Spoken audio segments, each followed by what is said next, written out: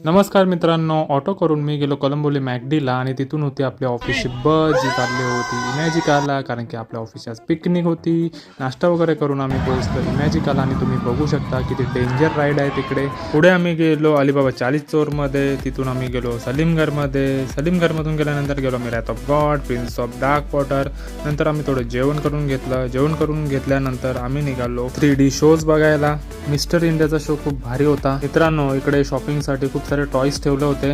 Toys बघत बघत पुढे गेलो आम्ही जुरासिक वर्ल्डमध्ये. तिकडे खूप अंधार होता आतमध्ये आणि तुम्ही बघू शकता खूप मजा आली या राईडमध्ये आणि पूर्ण पाण्याने भिजलो आम्ही. मित्रांनो, संध्याकाळ होतच होती आणि इमॅजिकाचं क्लायमेट खूप भारी वाटत होतं. नंतर आम्ही गेलो स्नो वर्ल्डमध्ये. तिकडे देखील आम्ही डान्स मजा मस्ती खूप केली. स्नो वर्ल्डमधून बाहेर आलो आम्ही, चाय नाश्ता केला. नंतर इकडे रस्त्यावर काही शोज चालू होते, भारी वाटलं. सो मित्रांनो, तुम्ही कधी इमॅजिकाला गेला असाल तर तुमची फेवरेट राईड कोणती होती कमेंटमध्ये नक्की सांगा. धन्यवाद.